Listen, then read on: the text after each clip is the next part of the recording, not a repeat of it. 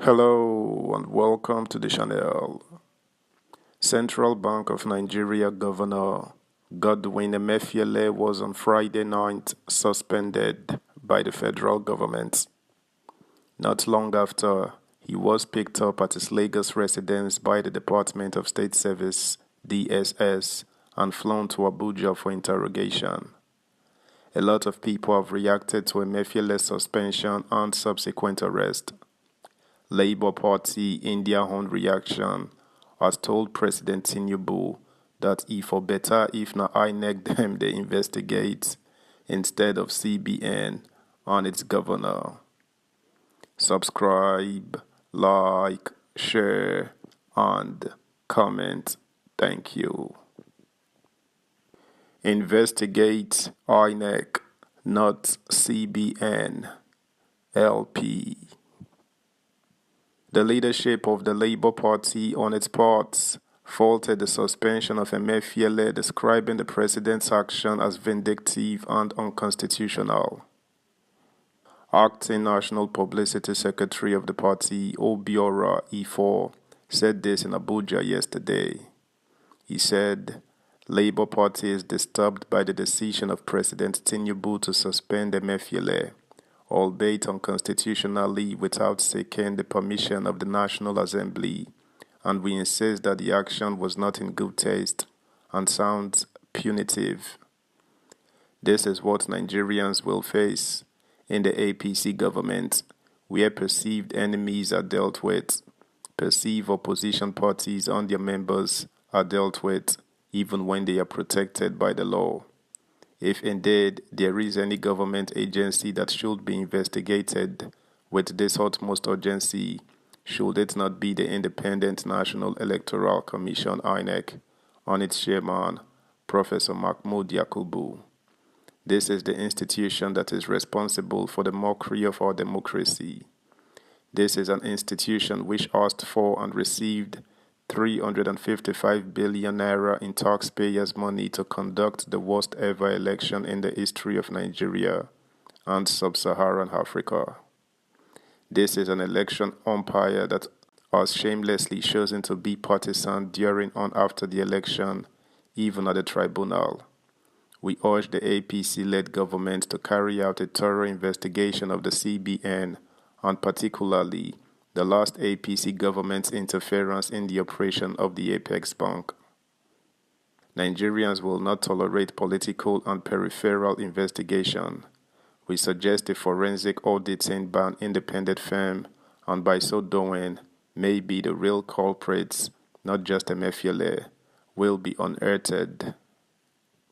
Meanwhile, condemnations have continued to trail the arrest and detention of the suspended Central Bank of Nigeria (CBN) Governor, Mr. Godwin Emefiele.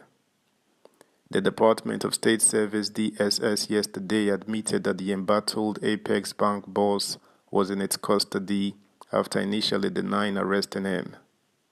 Peter Afunanya, the DSS Public Relations Officer, confirmed the arrest of Emefiele in a statement. The DSS wishes to confirm that the suspended governor is now in its custody for some investigative reasons, the statement said.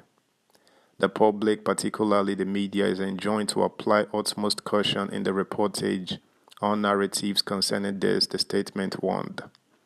Emefiele was suspended from office on Friday night by President Bola Tinubu.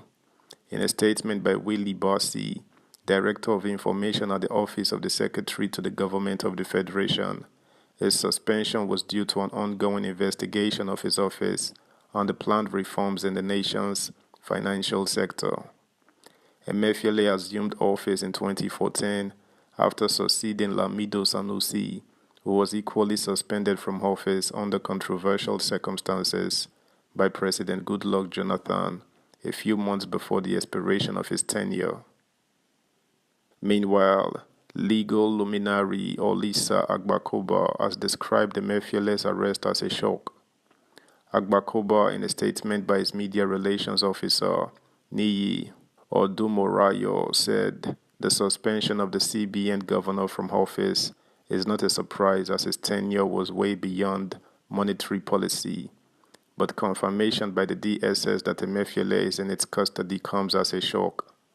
The statutory role of DSS is internal security, and I shudder to think what role DSS will play in this matter. The rule of law says it all. Can the relevant agency responsible for Governor Emefiele step forward? But this excludes the DSS unless this has security implications. Also, lawyers under the aegis of United Lawyers for Rule of Law Defense expressed outrage over the alleged midnight invasion of the Lagos residence of the CBN suspended governor and his forceful arrest by men of the DSS, describing the development as undemocratic.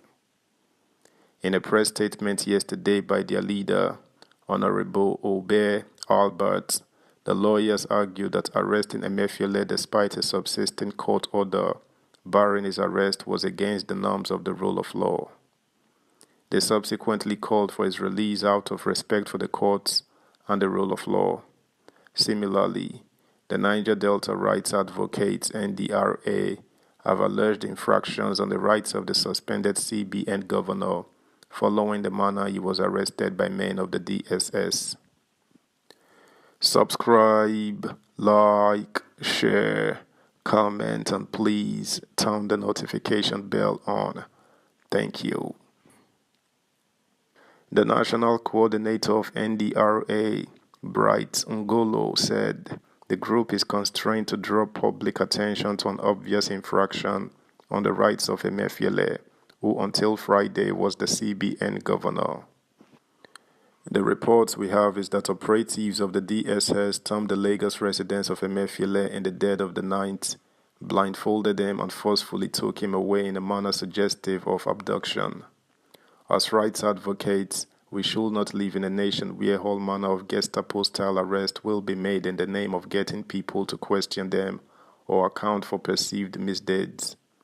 Mr. Emefiele could be invited for questioning at any time since no Nigerian is above the law.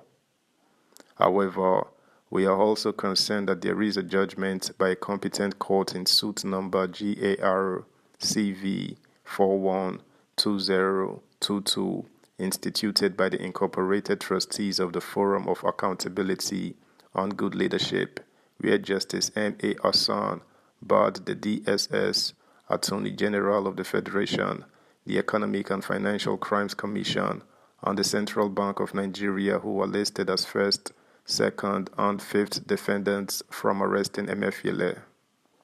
That's the news, guys. Thanks for listening. Until next time, bye.